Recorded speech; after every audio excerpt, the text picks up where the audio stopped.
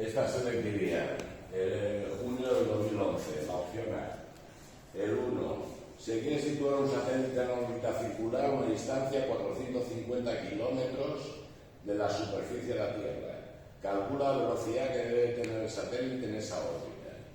Pues la velocidad orbital era raíz cuadrada de g por m partido de distancia desde ese punto hasta el centro del generador del campo.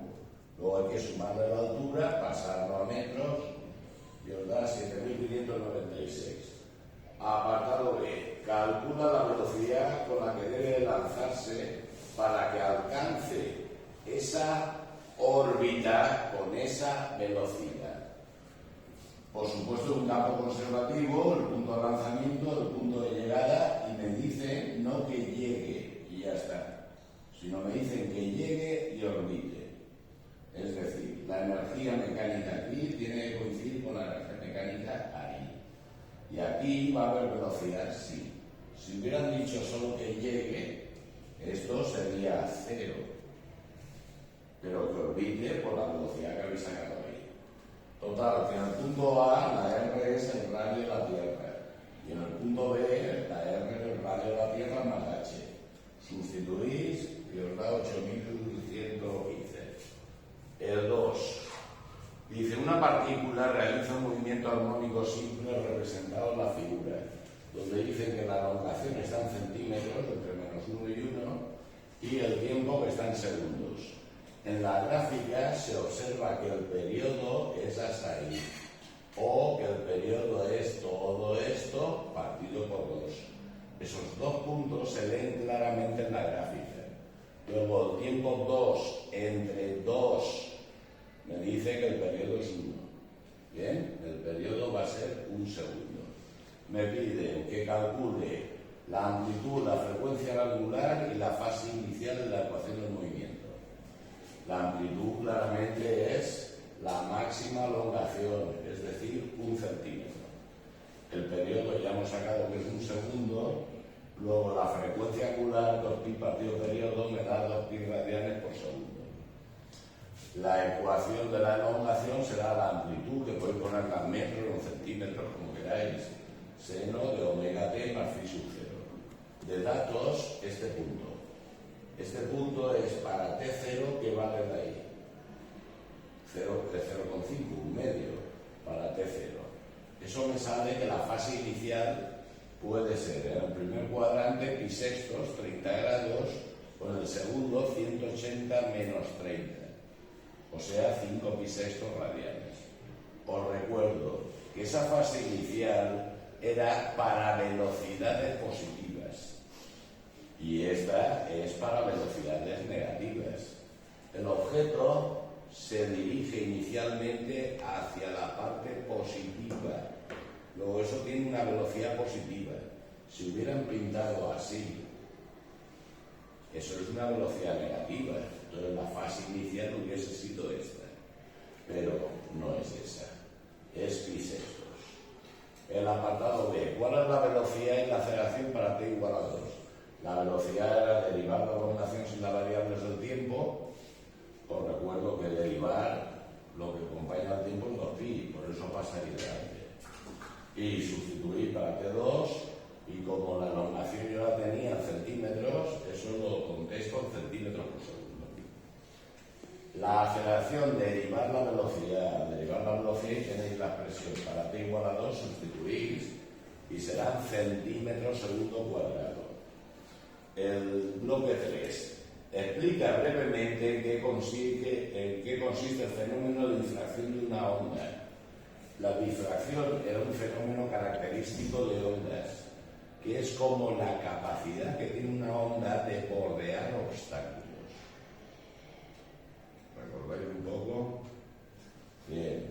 Esa difracción se observa muy claramente cuando la longitud de la onda es de un tamaño muy semejante a el agujero o el objeto que quiere bordear.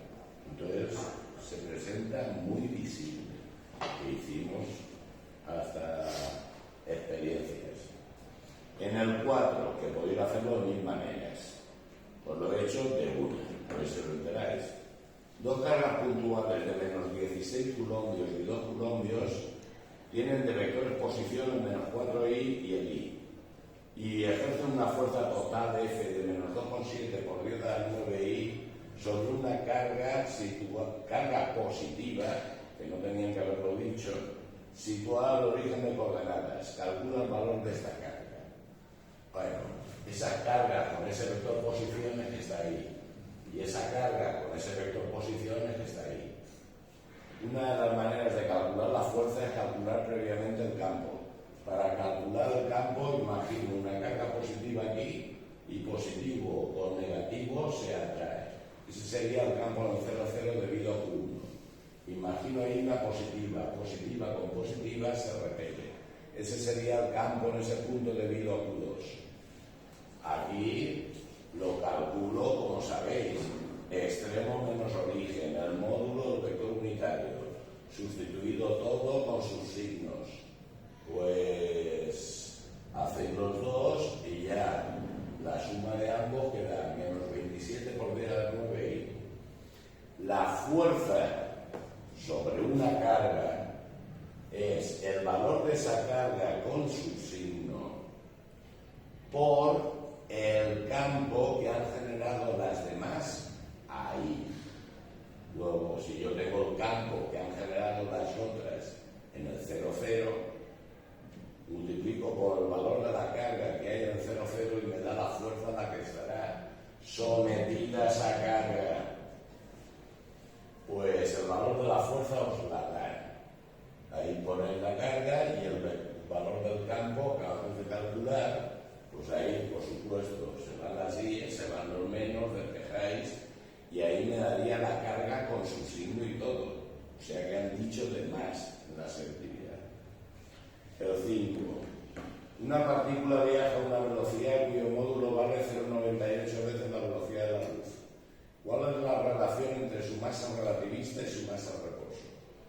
Bien. A esa velocidad, ¿cuál es la relación? La relación, no recuerdo que lo cociente, entre su masa relativista y su masa en reposo. La masa relativista era esa. Pues ahí se os van a la masa en reposo y me queda alguno partido raíz de sustituir, y eso da 5. Es decir, que la masa relativista es 5 veces la masa en reposo. Hay un apartadito B, dice, ¿qué sucedería con la masa relativista si la partícula pudiera viajar a la velocidad de la luz? Si la partícula viaja a la velocidad de la luz, si pudiera llegar a viajar a c, esto daría un 1. 1 menos 1, 0. Luego, al dividir por 0, me daría infinito. Una partícula que tiene masa no puede alcanzar la velocidad de la luz. ¿Por qué? Porque su masa se haría infinita. Y el 6. El 6 dice, la longitud de onda asociada a un protón es de 0,1 nanómetro. Calcula su velocidad y su energía cinética. De datos, la constante de Planck y la masa del protón. Bueno, la longitud de onda asociada de Broglie era eso. Me están pidiendo la velocidad. Pues dejo la velocidad, me lo dan, y me da 3.970 metros por segundo.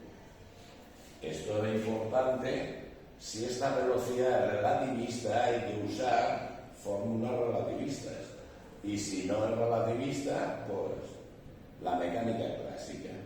Por supuesto, eso no es relativista. Me están pidiendo energía cinética, la de toda la vida. Pues 1,32 por 10 a la menos 20 julios. Si eso hubiera dado relativista, la energía cinética tendría que contestar la relativista.